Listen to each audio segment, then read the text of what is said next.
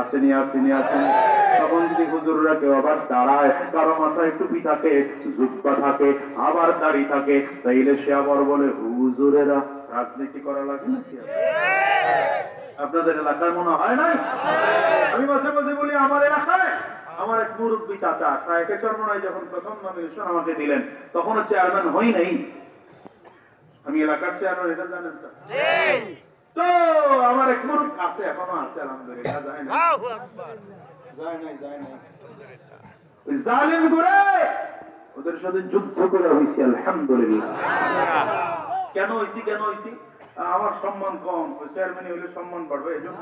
না না না, আল্লাহর মেহেরবানি, আপনাদের দোয়ায় হক্কানি উলামায়ে কেরামদের সাথে সম্পর্ক রাখার কারণে আল্লাহ সম্মান এমনিই বাড়ায় দিয়েছেন। কিন্তু বেশি ওইখানে দুই কারণে। এক হলো আমার উস্তাদ শায়েখে চরমনাইয়ের আদেশ ছিল, দ্বিতীয় নম্বর অন্তত আমার কারণে একটা জায়গা নিরাপদ থাকবে, হারাম মুক্ত থাকবে, সুদ মুক্ত, ঘুষ মুক্ত থাকবে। মেম্বার গুলা খুব খেপা, এমন খেপার খেপা।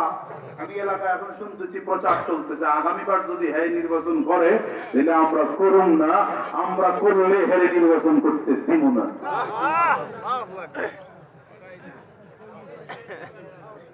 এই আসতেছে নির্বাচন, কিছুদিন পরে আসলেই দেখবেন একদল করবো হুজুরেরা চরমনের বিশ্বাস ফেরাবার নির্বাচন করা লাগে। আমিয়া ইরশাদ চরমনের যে এমপি হইলে মন্ত্রী হইলে খুব সম্মান বাড়বে এমন না, কারণ এমপি মন্ত্রীরা তার কাছে এসে এমনি হাঁটু জানু করে বসে থাকে। কিন্তু ওই একটা জায়গা নোংরা থেকে মুক্ত করার জন্য, আমার বাংলাদেশ ইসলাম কায়েম করার জন্য শায়েখে চরমনাইকে সংসদে যাওয়ার প্রয়োজন আছে। কথা বলো না কেন? কথা যদিও বলো হুজুর করে কোনো কামে লাগে না, কিন্তু 5 আগস্ট বাংলার জিন্দাবাদ দেখায় দিচ্ছেন হুজুর করে কোন কামে। কি কথা বলো না কেন? জুলাই মাস চলতেছে আর বৈষম্য বিরোধী ছাত্র আন্দোলনের জোয়ার ধীরে ধীরে ধীরে ধীরে বাড়তেছে।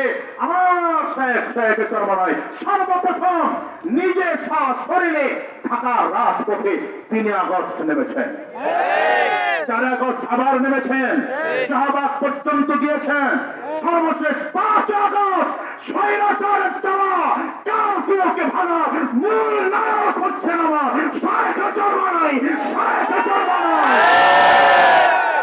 এই মিয়া দাঁড়ান দাঁড়ান দাঁড়ান, গুছে আইনা দিতেছি। শোনেন, হুজুরগর অবদান আপনারা মনে রাখেন না, হুজুরগর অবদান মনে রাখেন না। এদেশ থেকে ইংরেজদেরকে তাড়ানোর জন্য, বিতাড়িত করার জন্য উলামায়ে কেরামদের অবদান ছিল, আপনারা ভুলে গেছেন। এদেশ স্বাধীন করার জন্য উলামায়ে কেরামদের অবদান ছিল, আপনারা তাও ভুলে গেছেন। দিন শেষে তাকিয়ে দেখছি স্বৈরাচার বিদায় করার পিছনে শায়েখে চরমনাইয়ের যে অবদান ছিল, এদেশের পাবলিক তাও ভুলে দিচ্ছে। কি কথা বল না কেন? তোমাদের চোখের সামনে দেখায় গেলাম। হ্যাঁ মুসলমান, সুতরাং আগামীর দিনের বাংলাদেশ ইসলামের বাংলাদেশ হতে হবে, কোরআনের বাংলাদেশ হতে হবে, দ্বীনের বাংলাদেশ হতে হবে। ঠিক কিনা ওলামায়ে কেরাম? আগামী ইসলামের বাংলাদেশ করার জন্য যদি আমরা তো রক্ত দেওয়া বাঙালি মিয়া, রক্ত দেওয়া বাঙালি। 47 একবার রক্ত দিয়েছি ইংরেজদেরকে বিতাড়িত করার জন্য, 71 একবার রক্ত দিয়েছি বাংলাদেশকে স্বাধীন করার জন্য, 24 রক্ত দিয়েছি স্বৈরাচার মুক্ত করার জন্য। প্রয়োজনে আরেকটা বার রক্ত দেব, আমার নেতৃত্বে রক্ত দেব, ইসলাম কায়েম করে ছাড়বো।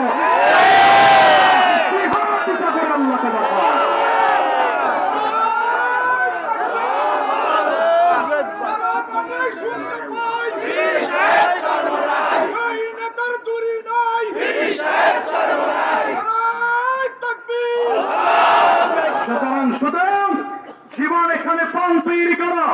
3টা কথা বললাম, মাঝখানে আরেকটা কথা ঢুকায় দিছি। এক কথা গুনাহ করবো না, বলেন।